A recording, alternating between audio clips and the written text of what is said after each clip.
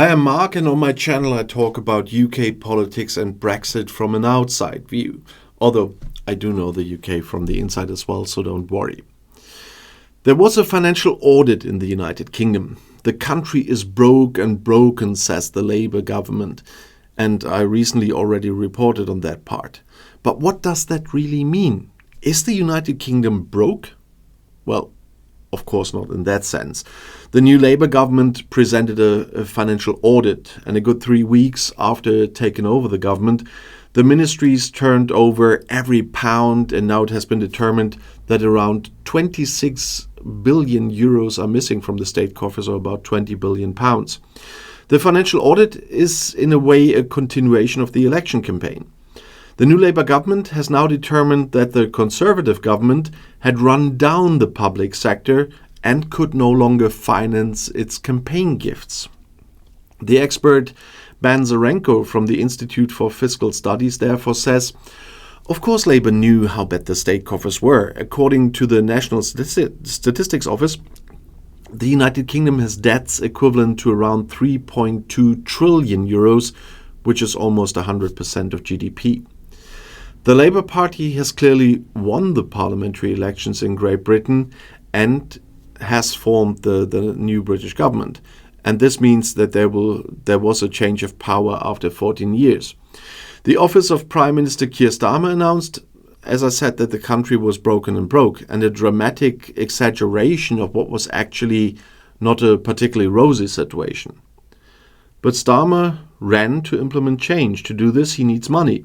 He had already said during the election campaign that they cannot afford every luxury, and now he's actually facing a major problem.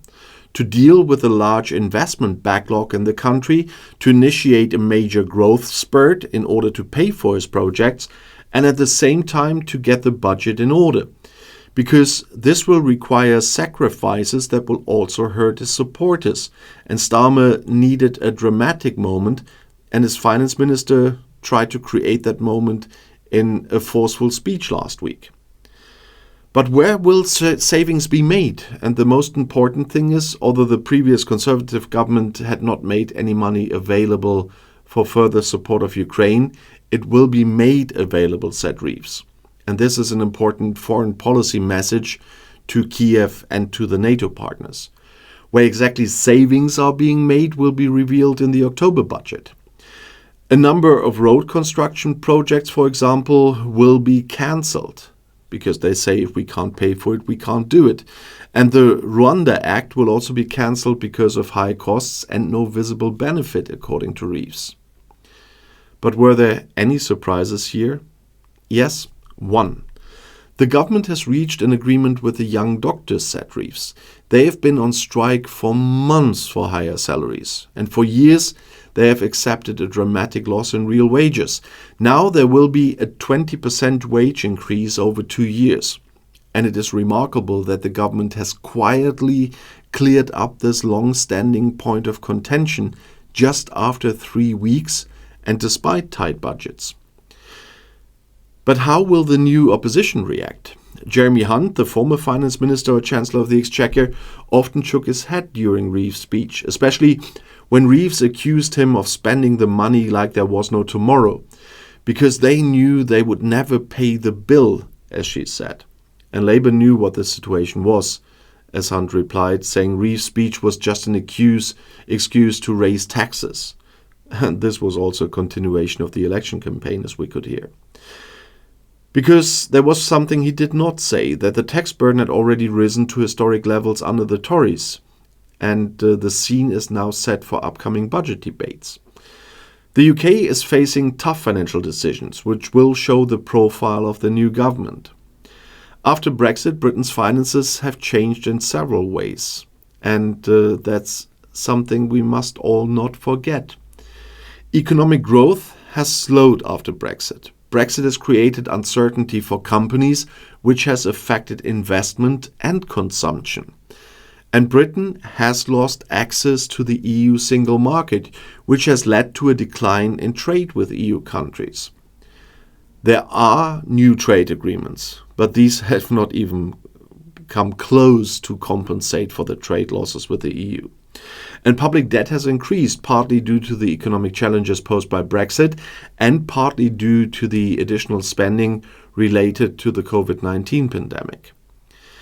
Tax revenues have been hit by slower economic growth, and efforts are underway to stabilize revenues through various tax reforms and measures, which we are still waiting for to hear in October. Inflation has increased, partly due to supply shortages and higher import costs as a result of new trade barriers.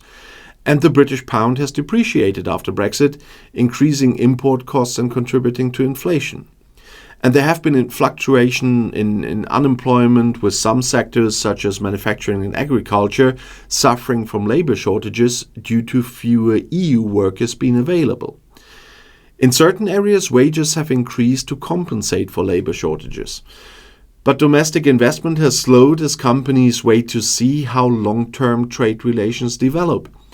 And foreign direct investment has declined as international companies reassess their investment strategies to avoid potential trade barriers.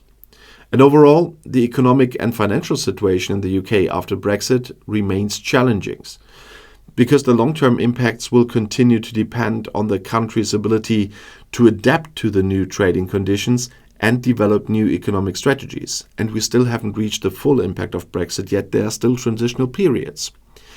But to get the UK's public finances back under control after Brexit, the new UK government could consider a combination of short and long-term measures. For example, a tax reform with broadening the tax base by introducing new taxes or reducing tax exemptions is a possibility, but Labour has ruled out new taxes. Improving tax collection and combating tax evasion could be something else they could do. But they could systematically review and rationalize public spending to reduce inefficient and unnecessary spending.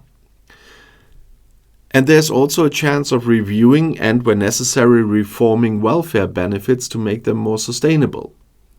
And we also always hear about the infrastructure. Strategically investing in infrastructure projects to promote economic growth and secure long-term revenues is another thing this new government might do. They also could support small and medium-sized enterprises, the so-called SMEs, through tax incentives and access to finance. But another point where they should look at is investing in research and development to promote innovation and competitiveness for the country. And we must not forget the trade agreements. Concluding new trade agreements with non-EU countries to open up new markets and increase exports would be one thing, but it looks rather difficult at the moment, especially when we talk about India and the USA, which would be the big ones. But they could help British companies expand into international markets still. But we also have to have a look at the labor market. They could invest in training and education programs to increase the skills of the workforce. And they could encourage the employment of domestic workers in sectors suffering from labor shortages, but a lot of people are not willing to be in those sectors. You can deny it or not, there are people on the dole that would never go for harvesting or whatever. And we talk about immigration. Then, if that doesn't work, and they have to get a targeted immigration there to fill the labor shortages. And then they need to improve the education system to strengthen the future workforce and increase the competitiveness. And we must not forget the green sector, even if our government here in Germany is doing it the wrong way. Investing in renewable energy and sustainable technologies to save costs in the long term and promote new industries could be one thing the Labour government could do, and they announced something in that direction. And they could use favorable terms to restructure existing debt to reduce the interest costs, because there's a lot of debt at the moment. And they need to develop and implement plans to gradually reduce public debt. We've seen here in Germany the so-called Black Zero, how that might work with the right government. And they need to improve transparency and efficiency in public administration to reduce corruption and mismanagement. And they need to use technology and digitization to increase efficiency and to reduce administrative costs. A combination of all these measures might enable the UK government to meet the economic challenges post-Brexit and bring the national budget back into balance. But that is a gigantic task, and once again, October is the call date. They will not have 4 years' time to show that they really are dealing with this situation. It has to be October. And if you want to know more, the next video is right here in the end screen. I'll see you there. I'll be back.